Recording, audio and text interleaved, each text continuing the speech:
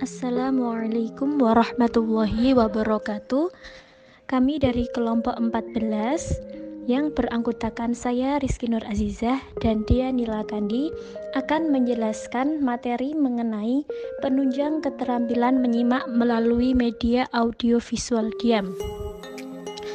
Materi pertama yaitu tujuan dilakukannya penelitian, kemudian hasil penelitian, dan penggunaan media audiovisual dalam pelajaran bahasa dan sastra Indonesia akan saya jelaskan.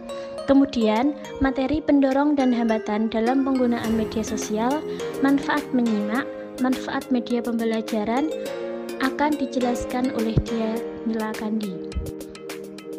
Tujuan dilakukannya penelitian. Penelitian ini bertujuan untuk mengetahui tingkat efektivitas penggunaan media audiovisual diam berupa penampilan materi dengan menggunakan LCD proyektor dalam pembelajaran menyimak bahasa Indonesia pada tingkat SD.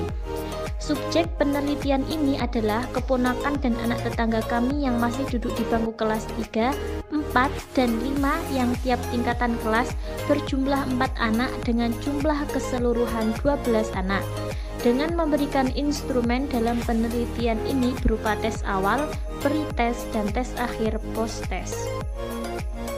Hasil penelitian.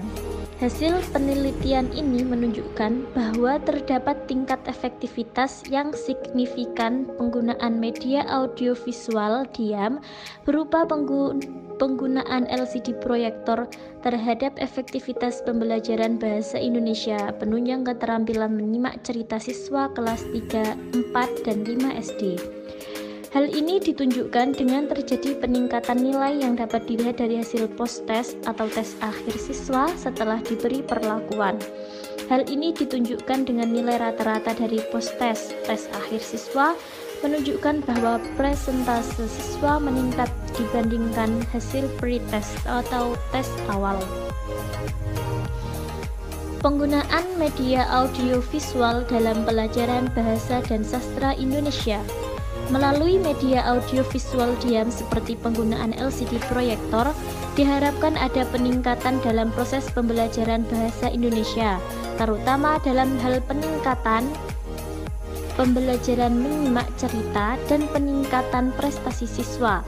Penggunaan media audiovisual dalam pelajaran bahasa dan sastra Indonesia akan memungkinkan dihadirkannya lebih banyak rekayasa dalam pembelajaran. Salah satu fungsi media pembelajaran adalah fungsi manipulatif, yaitu media pembelajaran bisa mengatasi batas-batas ruang, waktu, dan keterbatasan inderawi seseorang. Pemutaran materi dan bahan ajar, puisi, cerita rakyat, dan lainnya, semua itu pada dasarnya dibatasi oleh ruang dan waktu.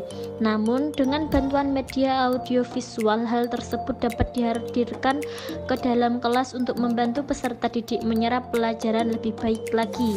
Perkembangan teknologi saat ini sedang dalam grafik yang memuncak serta mudahnya koneksi internet menyebabkan masyarakat menuntut dunia pendidikan memberi lebih dari yang dunia hiburan tawarkan. Dalam hal pemanfaatnya untuk pendidikan, sosialisasi dampak penggunaan, serta upaya mengimbangi penggunaan teknologi sebagai hiburan dan teknologi sebagai media pendidikan. Pendorong dan hambatan dalam penggunaan media pembelajaran. Media pembelajaran hendaknya bisa menjadi jembatan untuk memudahkan peserta didik memahami materi yang mereka pelajari di sekolah. Media pembelajaran juga dimaksudkan untuk membantu guru dalam mengkondusifkan kelas agar proses belajar bisa berlangsung secara efisien dan efektif. Untuk mewujudkan kegunaan media pembelajaran seperti yang dijabarkan di atas, para penyelenggara penggunaan media pembelajaran hendaknya dapat meminimalisir hambatan-hambatan yang akan terjadi dalam penerapannya di sekolah. Hambatan yang dapat muncul dalam penggunaan media pembelajaran diantaranya berasal dari faktor manusia sebagai penggunanya, peserta didik, tenaga pendidik, dan staf sekolah. Bila dilihat dari sudut pandang peserta didik, hambatan yang ditemui peserta didik dalam menerima perkembangan media pembelajaran diantaranya ialah peserta didik sebagai penggunanya tidak memiliki skemata yang cukup untuk menggunakannya. Peserta didik belum siap secara moral menerima perkembangan yang terjadi sehingga memunculkan serta peserta didik secara materi belum siap menerima perkembangan media pembelajaran sehingga menyebabkan kesenjangan sosial di antara peserta didik. Manfaat menyimak, menambah ilmu pengetahuan dan pengalaman hidup, memperkaya kosakata, menambah perbendaharaan ungkapan yang tepat, bermutu dan puitis, memperluas wawasan, meningkatkan penghayatan hidup, serta membina sifat terbuka dan objektif, meningkatkan kepekaan dan kepedulian sosial, menggugah kreativitas dan semangat mencipta untuk menghasilkan ujaran-ujaran dan tulisan-tulisan yang berjati diri. Manfaat media pembelajaran. 1. Pengajaran akan lebih menarik perhatian siswa sehingga dapat menumbuhkan motivasi belajar siswa. 2. Bahan pengajaran akan lebih jelas maknanya sehingga dapat dipahami oleh para siswa dan memungkinkan siswa menguasai tujuan pembelajaran lebih baik. Yang ketiga, metode pengajaran akan lebih bervariasi, tidak semata-mata komunikasi verbal melalui penuturan kata-kata oleh guru, sehingga siswa tidak bosan dan guru tidak kehabisan tenaga, apalagi bila guru mengajar untuk setiap jam pelajaran. Keempat, yaitu siswa lebih banyak melakukan kegiatan belajar sebab tidak hanya mendengarkan uraian guru, akan tetapi juga aktivitas lain seperti mengamati, melakukan pendemonstrasikan, dan lain-lain. Maka dapat ditarik kesimpulan ialah media pembelajaran ialah segala sesuatu yang dapat menyalurkan pesan, dapat merangsang pikiran, perasaan, dan kemauan peserta didik, sehingga dapat mendorong terciptanya proses belajar pada diri peserta didik.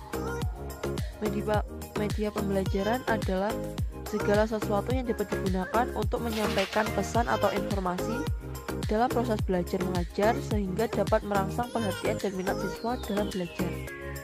Media mempunyai peran yang sangat penting dalam proses belajar mengajar, termasuk dalam pembelajaran bahasa dan sastra Indonesia pada tingkat sekolah dasar.